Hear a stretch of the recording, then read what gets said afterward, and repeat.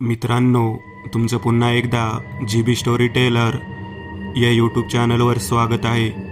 आजच्या आपल्या गोष्टीचं नाव आहे दिवाळी. लेखक रवींद्र दिवटे. पण गोष्ट सुरू करण्याआधी जर कोणी या चॅनलवर पहिल्यांदाच आलेले असाल तर त्यांनी ह्या चॅनलला सबस्क्राईब करायला विसरू नका. चला तर मग अजिबात वेळ न घालवता गोष्टीला सुरुवात करूया.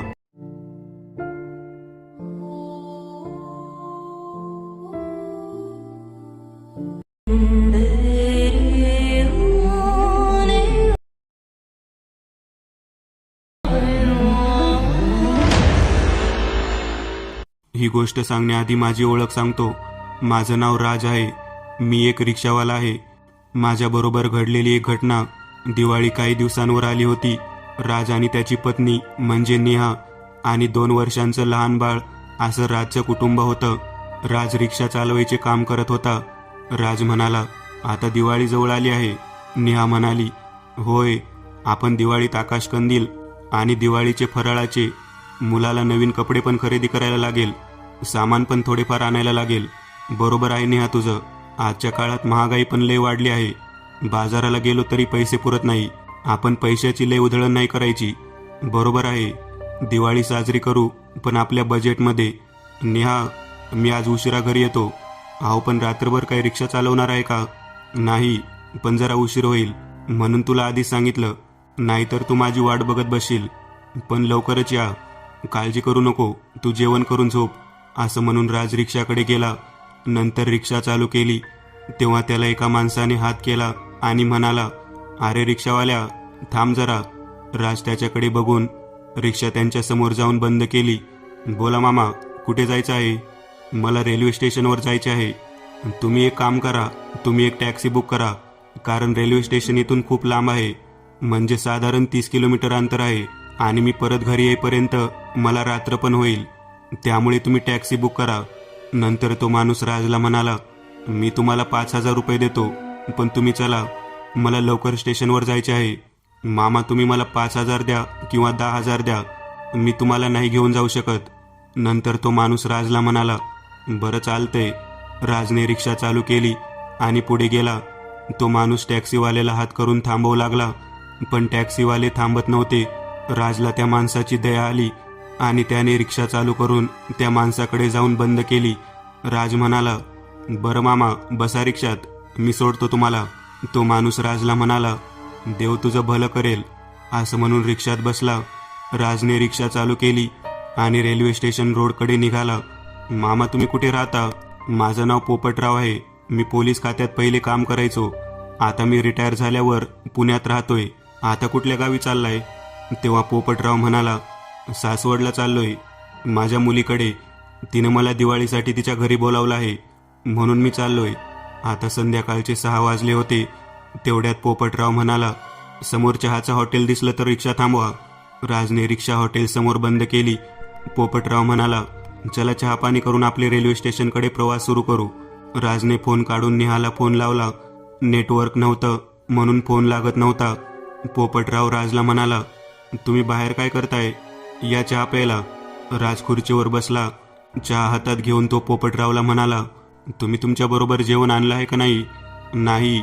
नंतर राज म्हणाला, समोर जेवण्यासाठी एक हॉटेल आहे, तुम्ही तिथं जेवण करून घ्या. बरं चला, आपण जाऊया त्या हॉटेलमध्ये. राजने रिक्षा चालू करून त्या हॉटेलजवळ जाऊन बंद केली. नंतर दोघे पण हॉटेलच्या आतमध्ये गेले. तेव्हा हॉटेलमध्ये काम करणारा व्यक्ती म्हणाला, बोला साहेब, काय देऊ जेवणासाठी? काय काय आहे? साहेब, मटन बिर्याणी, चिकन बिर्याणी. तेवढ्यात पोपटराव म्हणाला, म्हणजे तुमच्या हॉटेलमध्ये सगळे मटन मिळत आहे? तो व्यक्ती म्हणाला, हो साहेब. मामा, तुम्ही जेवण्यासाठी लवकर घ्या, आपल्याला अजून 25 किलोमीटर पुढे जायचे आहे. बरं, 2 चिकन बिर्याणी बांधून द्या. नंतर त्या हॉटेलवाल्यांनी 2 चिकन बिर्याणी बांधून दिले. चला बसा रिक्षात. रिक्षात बसून खिशात हात घालून त्याने 3,000 रुपये काढले. पोपटराव राजला म्हणाला, हे घ्या त्याचे पैसे आणि बाकीचे रेल्वे स्टेशनवर उतरल्यावर देतो. मामा, राहू द्या. अहो घ्या. राजने पैसे घेऊन खिशात ठेवले. रिक्षा चालू केली आणि पुढे चालू लागला. 2 किलोमीटर पुढे गेले होते. तेवढ्यात रिक्षासमोर एक भिकारी माणूस आला. राजने रिक्षाचा ब्रेक लावला राज बाहेर येऊन त्या वेड्याकडे जाऊन त्याला म्हणाला, अरे तुला काही समोर गाडी येत आहे, तुला दिसत नाही का?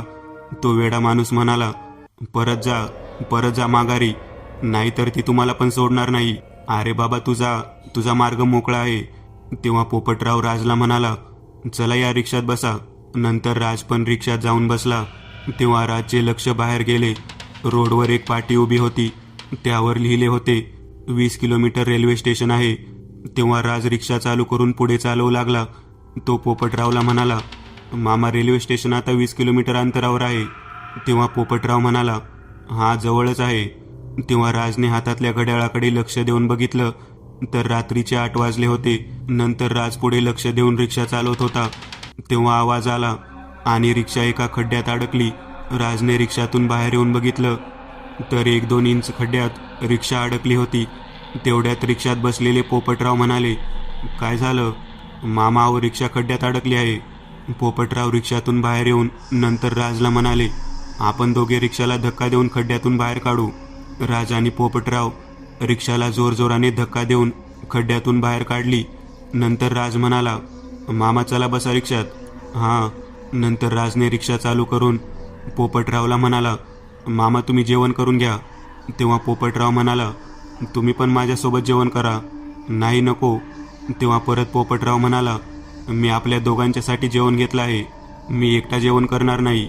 बरं चालते. तेव्हा दोघं एकत्र मिळून जेवण करत होते. तेवढ्यात एक आवाज आला आणि वारे वाहू लागले. राज म्हणाला, मामा बाहेर बघा. पोपटराव बाहेर बघून म्हणाला, काय पाऊस येणार आहे का? पण वर आभाळाकडे पाहताना पावसाचे वातावरण निर्माण झाले आहे असं वाटत आहे. नंतर राज म्हणाला, चला आपण इथं अजून थांबायला नको. राजने रिक्षा चालू करून पुढे चालवू लागला. तेव्हा राजला समोर रवी आणि चैतन्य दिसला. राज मनातल्या मनात बोलत होता, रवी आणि चैतन्य ह्या रोडवरून कुठे जात आहे आणि कशासाठी बिनकामाचे फिरत आहे. तेवढ्यात रवी गाडी बंद करून उभा राहिला होता. राज त्यांच्याकडे बघून म्हणाला, बहुतेक रवीची गाडी बंद पडली असेल. नंतर राजने रिक्षा रवीकडे जाऊन बंद केली. तेव्हा रवी म्हणाला, अरे राज तू काय करतोय इथं आणि कुणाकडे निघाला आहे? राज म्हणाला, अरे भाऊ भाडे घेऊन चाललोय रेल्वे स्टेशनकडे. रवी म्हणाला, चला मी पण येतो तुझ्याबरोबर. घरी जाऊन काय करणार, मला तर काय कामधंदे पण नाही, मी कसा राहतो एकटा जीव सदाशिव. तेव्हा राज म्हणाला, बस रिक्षात. नंतर रवी चैतन्यकडे बघून बोलला, अरे बस लवकर रिक्षात. राजने रिक्षा चालू करून पुढे चालवू लागला. तेव्हा राज म्हणाला, काय गाडीवर फिरायला गेला होता का? रवी म्हणाला, हां आज मजा लय केली आहे आम्ही दोघांनी. नंतर राज म्हणाला, बरं जेवण केलं का नाही तुम्ही? रवी म्हणाला, केले आहे. तुझं जेवण झाले आहे का? आताच मी आणि मामाने जेवण करून रेल्वे स्टेशनकडे प्रवास सुरू केला होता. तेवढ्यात मला तुम्ही समोर दिसला. बरं झालं तू या रोडवरून येत होता, नाहीतर आम्ही रात्रभर या जागेवर अडकून बसलो असतो. बरं झालं मी तुम्हाला बघितलं. रवी मोबाईलमध्ये गाणी ऐकत बसला होता. तेव्हा त्याला समोर एक सुंदर मुलगी दिसली. ती मुलगी झाडाखाली उभी राहून आमच्याकडे बघत होती. तेव्हा रवी राजकडे बघून म्हणाला, रिक्षा बंद करू नको राज, रिक्षा बंद करू नको. काय झालं? समोर बघ, ही मुलगी एवढ्या रात्री ह्या जागी काय करते? अरे तू समोर बघून रिक्षा चालव आणि जाऊ दे. ती मुलगी काय करायची आहे? अरे आपण तिची मदत करू. तू काय वेडा झाला आहे का तू हातभट्टी दारू पिऊन बोलतोय का? अरे तसं नाही भाऊ. मग काय सांग. अरे ती मुलगी एकटी आहे म्हणून मी बोलतोय. तुझ्या रिक्षात जागा आहे का बघ आधी नीट. तू त्या मुलीला रिक्षाच्या टपावर बसून तिला घरी सोडून ये. अरे भाऊ तसं नाही. अरे तिच्या घरची लोक तिची वाट बघत असतील. तू आधी तुझं भाडे रेल्वे स्टेशनवर सोड, नंतर त्या मुलीला तिच्या घरी सोडून येऊ. तेव्हा पोपटराव म्हणाले, अरे माझी काही हरकत नाही, आपण त्या मुलीला तिच्या घरी सोडून नंतर रेल्वे स्टेशनवर जाऊ. नंतर राजने रिक्षा त्या मुलीच्या दिशेने चालवत होता. ती मुलगी थोड्याच अंतरावर होती. राजने बरोबर तिच्या समोर रिक्षा बंद करून तिला विचारू लागला, कोण तुम्ही? एवढ्या रात्री काय करताय ह्या रोडवर? तेव्हा ती मुलगी म्हणाली, माझी बस चुकली आहे म्हणून मी या जागेवर उभी थांबली आहे, मी दुसऱ्या बसची वाट बघते. तेव्हा राज म्हणाला, तुम्ही कुठे राहता? तेव्हा ती मुलगी म्हणाली, 10 किलोमीटरवर माझं गाव आहे, त्या गावात मी गणेशनगरमध्ये राहते. तेव्हा राज म्हणाला, या बसा रिक्षात, मी सोडतो तुम्हाला तुमच्या घरी. ती मुलगी रिक्षात बसली. राजने रिक्षा चालू करून पुढे चालवू लागला. रवी म्हणाला, तुमचे नाव? माझे नाव आरती आहे, माझे नाव रवी, आणि तो साईडला झोपला आहे तो चैतन्य. नंतर ती मुलगी रवीकडे बघून हसली होती. रवी म्हणाला, तुम्ही खूप सुंदर दिसताय. अहो मी काही लय सुंदर नाही आहे, खरंच तुम्ही सुंदर दिसत आहे. राज रवी आणि आरतीकडे बघून हळू आवाजात म्हणाला, रवी तू काही लाईन मारतोय का आरतीवर? नंतर रवी म्हणाला, अरे बाबा तू समोर बघून रिक्षा चालव. तेव्हा पोपटराव म्हणाले, टाईम काय झाला आहे? रवी मोबाईल बाहेर काढून म्हणाला, 9 वाजले आहे. तेव्हा राज म्हणाला, अरे आता रेल्वे स्टेशन पण फक्त 12 किलोमीटर अंतरावर आहे. रवी म्हणाला, अरे आले आहे घरजवळ. नंतर आरती रवीकडे बघून म्हणाली, तुमच्याकडे फोन आहे का? आरती म्हणाली, आहे माझ्याकडे फोन. तुम्ही तुमचा नंबर देता का मला? तेव्हा आरती म्हणाली, द्या तुमचा फोन नंबर, फोनमध्ये सेव्ह करते. रवीने आरतीच्या हातात फोन देऊन आरतीला म्हणाला, तुम्ही मला रोज फोन करा, आपण दोघे पण एकमेकांना बोलू. राज रवीकडे बघून म्हणाला, शेवटी तू आरतीला पटवली. गपरे बाबा, तुझे लग्न झाले आहे, तुला एक मुलगा पण आहे. आम्ही किती दिवस सिंगल राहणार? कोणीतरी आपलं पाहिजे जीवनात. त्यानंतर राज म्हणाला, लवकर लग्न कर. लग्न तर लय लांबची गोष्ट आहे, आधी तिने तरी हा म्हणली पाहिजे, नंतर बघू बाकीचे सगळे. तेव्हा आरती म्हणाली, थांब राज, थांबा. काय झालं? माझं घर आलं आहे. रवी म्हणाला, घर आले आहे तुमचे? हां. अहो चला तुम्हाला तुमच्या घरासमोर सोडून आम्ही या मामाला रेल्वे स्टेशनवर सोडून घरी जातो. तेव्हा आरती म्हणाली, अहो नको, माझ्यामुळे तुम्हाला त्रास नको, मी जाते एकटी. तेव्हा राज म्हणाला, अहो कसला त्रास? तुम्हाला तुमच्या घरापाशी सोडून आम्ही रेल्वे स्टेशनवर जातो. बरं चालते. सगळीकडे अंधार पडला होता, कुत्री पण भुंकत होती. त्या अंधारात काहीच समोरचं दिसत नव्हतं, म्हणून राज हळूहळू रिक्षा चालवत होता. रवी म्हणाला, आरतीला बघा, तुम्ही एवढ्या अंधारात घरी गेला असता का? तेव्हा आरती म्हणाली, बरं झालं तुम्ही मला एकटीला नाही लावले घरी. तेव्हा रवी म्हणाला, अहो तुम्ही एकटे आहे म्हणून आम्ही तुमची मदत केली. तेवढ्यात राजचे लक्ष एका घराकडे गेलं. तेव्हा राज म्हणाला, समोर एक घर आहे. तेव्हा आरती म्हणाली, तुम्ही तिकडे लक्ष देऊ नका. राज म्हणाला, काय झालं? त्या घरात भूते राहतात. तेव्हा राज म्हणाला, आजच्या काळात भूतं असतात? असतात बाबा, भूते असतात. तुला माहिती नाही, मला अनुभव आहे. मला उचलून फेकून दिले होते, तेव्हा माझ्या अंगावरून एक मोठा उतारा टाकून दिला. त्यानंतर मी नीट झालो बाबा. नंतर राज म्हणाला, खरं का? पण राजच्या मनात विचार होता, तो मनातल्या मनात बोलत होता, भूते नसतात, सगळे अंधश्रद्धा आहे. पण राजला समोर काय होणार आहे याची त्याला कल्पना नव्हती. राजने लघवी लागली आहे म्हणून रिक्षा बंद केली आणि तो त्या घराकडे निघाला. नंतर त्या घराच्या दाराजवळ जाऊन उभा राहिला. तिकडे रिक्षात रवी, आरती, पोपटराव आणि चैतन्य बसला होता. गप्पा मारत नंतर राजने दाराची कडी वाजवली, पण कुणी दार उघडले नाही. परत राजने दाराची कडी वाजवली. तेव्हा घरातून आवाज येत होता, पायाचा आवाज, कोणीतरी चालत येत आहे. तेवढ्यात दार उघडले. तेव्हा त्या घरातून एक बाई बाहेर आली. तिने राजकडे बघून म्हणाली, काय पाहिजे तुम्हाला? बोला. काही नाही पाहिजे मला. नंतर ती बाई म्हणाली, मग दाराची कडी का वाजवली? मला वाटले की लोक या घरात राहतात का नाही, म्हणून मी दाराची कडी वाजवली. नंतर त्या बाईने राजकडे बघून म्हणाली, तुम्ही काय करता एवढ्या रात्रीच्या वेळी? अहो मी रिक्षावाला आहे. मी एक भाडे घेऊन रेल्वे स्टेशनला निघालो होतो.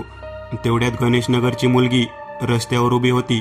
तिला रिक्षात बसवून आता तिला तिच्या घरासमोर जाऊन सोडून आम्ही परत रेल्वे स्टेशनकडे निघणार आहे. तेव्हा ती बाई म्हणाली, बरं चालते, पण तुम्ही आमच्या घरात या, चहा पाणी करून जावा. अहो नको, माझे मित्र माझी वाट पाहत असतील. नंतर ती बाई म्हणाली, अहो आमच्या घरी लय दिवसांनी पाहुणे आले आहेत आणि आम्ही त्यांचा पाहुणचार केल्याशिवाय आम्ही जाऊ देत नाही. तेव्हा राज म्हणाला, बरं चालते.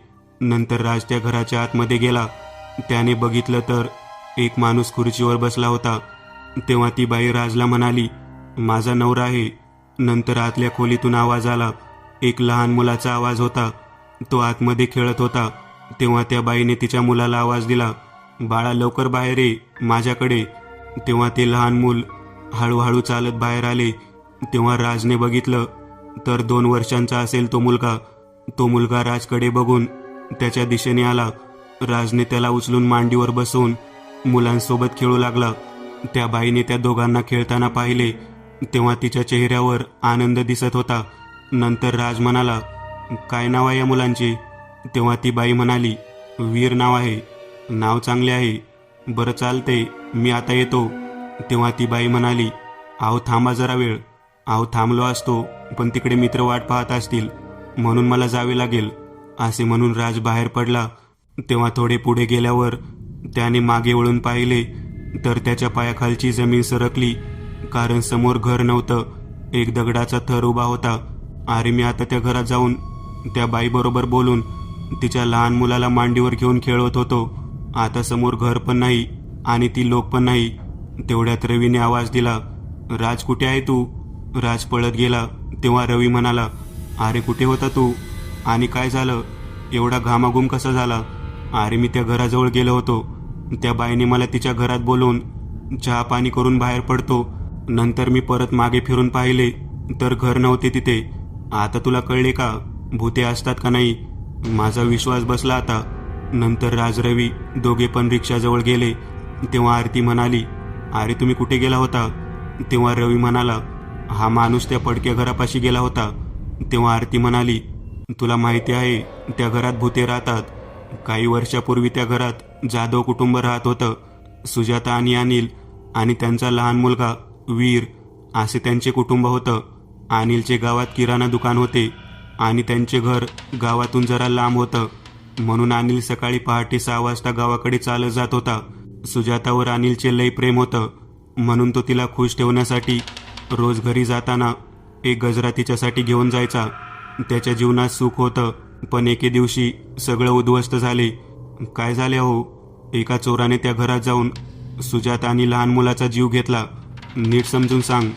त्या रात्री सुजाता आणि वीर त्या घरात दोघेच होते आणि अनिल गावात गेला होता. सुजाता वीर टीव्ही बघत होते. तेव्हा त्यांच्या घराची कडी वाजली. सुजाता उठून दाराकडे गेली. तिला वाटले की अनिल घरी आला आहे, म्हणून तिने दाराची कडी उघडली. तेव्हा तिच्या समोर 2 माणसे उभी होती. सुजाता त्या लोकांना म्हणाली, कोण तुम्ही? काय पाहिजे? तेव्हा त्या दोघांनी सुजाताला आतमध्ये ढकलून ते दोघे घरात आले. म्हणाले, पैसे आणि सोनं चांदी कुठे ठेवले आहे? जा लवकर घेऊन ये. सुजाता म्हणाली, तुम्हाला देते, पण तुम्ही माझ्या मुलाला सोडा. तेव्हा ते चोर म्हणाले, तुझ्या मुलाला सोडून देतो, पण पैसे घेऊन ये तू पहिलं. सुजाताने सारे पैसे त्या चोरट्यांना दिले. नंतर बाहेर एका व्यक्तीचा आवाज येत होता. तेव्हा सुजाता जोराने ओरडली, वाचवा, मला वाचवा. तेव्हा दार तोडून 2 माणसे घरात आली. रवी आणि अजय. त्यांनी समोर बघितलं तर सुजाता आणि तो लहान वीर रडत होता. रवी म्हणाला, काय झालं? तेव्हा सुजाता म्हणाली, हे दोघे चोर आहे. तेवढ्यात एका चोराने रवीकडे चाकूने वार केला. रवी त्या चोराला पकडून मारायला सुरुवात केली. रवीने त्या चोराच्या डोक्यात लोखंडी रॉड घातला. तो चोर खाली पडून तळमळत होता आणि त्या दुसऱ्या चोराने सुजाताच्या मानेवर चाकू लावला होता. रवी म्हणाला, तिला सोड, तिला सोड, नाही तर बघ. तेवढ्यात त्या चोराने सुजाताच्या मानेवरून चाकूने वार केले. सुजाता खाली पडली. अजयने त्या चोराच्या डोक्यात लोखंडी रॉड घातला 5 वेळा. त्यावेळी ते घर सगळे रक्ताने माखलेले होते. अजय, चल लवकर गाडी काढ. अजय आणि रवीने सुजाताला गाडीमध्ये बसवून दवाखान्यात घेऊन आले. डॉक्टर म्हणाले, पेशंटचा अति रक्तस्राव झाला आहे, पण आम्ही प्रयत्न करणार जीव वाचवण्यासाठी. रवी म्हणाला, डॉक्टर पेशंट वाचवा. डॉक्टर म्हणाले, मी माझे प्रयत्न करणार 100%. नंतर अजयने अनिलला फोन केला. म्हणाला, तुझी बायको दवाखान्यात आहे, लवकर ये. काय झाले आहे सांग पहिलं. अजय तू ये, तुला कळेल. अनिल थोड्या वेळाने दवाखान्यामध्ये आला. अजय म्हणाला, तुझ्या बायकोला चोरट्याने चाकूने वार केले आहे. अनिल म्हणाला, बरं झालं तुम्ही तिला दवाखान्यात घेऊन आला. तेव्हा डॉक्टर अजयकडे येऊन म्हणाला, मला माफ करा, आम्ही त्या पेशंटला नाही वाचवू शकलो. अनिल जोरजोराने रडत बसला. रवी म्हणाला, डॉक्टर आम्ही पेशंट घेऊन जाऊ शकतो का? नाही, पोलीस चौकशी करून मृतदेह नंतर तुम्हाला देणार. तेवढ्यात पोलीस चौकशीसाठी अजयकडे गेले. अजयला विचारले की घटना कशी घडली. मी सांगतो. पोलिसांनी रवीला पाहिलं आणि पोलिसांनी रवीला सलाम केला. साहेब बोला. पोलीस रवीला म्हणाले. रवी म्हणाला, अजय आणि मी या बाईच्या घराकडून जात होतो. तेव्हा घरातून आवाज आला. आम्ही दोघे घराकडे निघालो. मी खिडकीतून आतमध्ये बघितलं तर त्या 2 चोरट्यांनी चाकूचे धाक दाखवून घरात चोरी करत होते. मी दार तोडून घरात जाऊन त्या चोराला थांबवण्यासाठी प्रयत्न केला, तेव्हा त्या चोराने माझ्यावर चाकूचे वार केले. मी लोखंडी रॉड त्याच्या डोक्यात घातला, तो खाली पडला. नंतर दुसऱ्या चोराने सुजाताच्या मानेवर चाकूने वार केले. आजेने त्याच्या डोक्यात लोखंडी रॉड घातला, तो पण खाली पडला. नंतर पोलीस म्हणाले, बरं साहेब, तुम्ही मृतदेह घेऊन जाऊ शकता. नंतर रवी आणि अजय अनिलला म्हणाला, खूप वाईट झालं आहे सगळं, पण तू आता तुझ्या मुलाला मोठं कर, त्याच्यावर लक्ष ठेव. अनिल म्हणाला, अहो लक्ष देणारी या जगातून निघून गेली आहे, मी एकटा कसा जगू सांगा. रवीने अनिलला खूप समजावून सांगितले, त्याला धीर दिला. नंतर काही दिवसांनी अनिलने त्या घरात आत्महत्या केली आणि काही दिवसांनी गावात राहणारे लोक त्या घराजवळ जात होते. त्यांना त्या घरातून आवाज येऊ लागले, कोणीतरी एकमेकांना बोलत आहे असा आवाज. नंतर काही दिवसांनी गावातल्या लोकांना सुजाता आणि अनिल त्यांच्या घरासमोर उभे राहून एकमेकाला काहीतरी बोलत होते. तेव्हापासून लोक त्या घराजवळ जात नाही. नंतर राज म्हणाला आरतीला, म्हणजे मी त्या भूतांबरोबर बोलत होतो. आरती म्हणाली, हां, पण दुसरीकडे रवी, पोपटराव आणि चैतन्य, त्यांच्या डोळ्यातून पाणी येत होतं. तिच्याकडे बघून वाटत होतं की हे सगळे भावूक झाले आहे. नंतर रवी म्हणाला, राज चल लवकर रिक्षा चालू कर, आपण आरतीला तिच्या घरापाशी सोडून या मामाला रेल्वे स्टेशनवर सोडून घरी जाऊ. राजने रिक्षा चालू करून आरतीच्या घराकडे निघाला. थोड्या वेळाने आरतीचे घर आले. आरती म्हणाली, धन्यवाद. रवी आरतीकडे बघून म्हणाला, तुम्ही मला फोन नक्की करा. होय, नक्कीच फोन करते तुम्हाला. नंतर आरतीला टाटा करून राजने रिक्षा रेल्वे स्टेशनकडे वळवली. नंतर थोड्या वेळाने सगळेजण रेल्वे स्टेशनवर पोहोचले. नंतर पोपटराव म्हणाले, पोरांनो, तुमच्याबरोबर प्रवास करून मला आनंद झाला. नंतर रवी म्हणाला, मामा, आम्हाला आनंद झाला तुमच्याबरोबर बोलत बोलत. त्याच्यानंतर पोपटराव खिशात हात घालून पैसे बाहेर काढले आणि 2000 रुपये राजच्या हातात ठेवले. मामा, नको मला पैसे, तुम्ही मला 3000 दिले आहे, त्यामध्ये मी खुश आहे, नको ठेवा पैसे तुमच्या खिशात.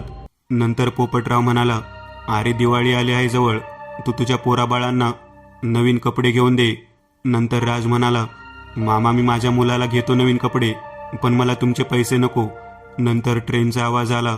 रवी म्हणाला, मामा जावा, तुमची ट्रेन आली आहे. तेव्हा पोपटराव म्हणाला, जातो. नंतर पोपटराव ट्रेनमध्ये जाऊन बसले आणि रवी आणि राज चैतन्यकडे बघून टाटा करून त्यांच्या सीटवर जाऊन बसले. राजने रिक्षा चालू केली आणि घराकडे निघाला. मी एक नवीन चॅनल ओपन करत आहे, त्यावर तुम्हाला ॲनिमेटेड हॉरर स्टोरीज पाहायला मिळतील. त्या चॅनलची लिंक या व्हिडिओच्या डिस्क्रिप्शनमध्ये दिलेली आहे. चॅनलला सबस्क्राईब करायला विसरू नका. मित्रांनो, आज पुरतं एवढंच. तुम्हाला जर काही गोष्ट आवडली असेल तर नक्की लाईक करा. तुमच्यापैकी बरेचसे जण व्हिडिओ लाईक न करताच पळून जातात, पण हा जर व्हिडिओ तुम्ही लाईक केला तर मला जरा बरं वाटेल आणि असेच भारी भारी व्हिडिओ बनवायची माझ्यात एनर्जी येईल. त्यामुळे नक्की लाईक करा. आणि अजूनही कोणी या चॅनलला सबस्क्राईब केलेलं नसाल तर लगेच सबस्क्राईब करून टाका.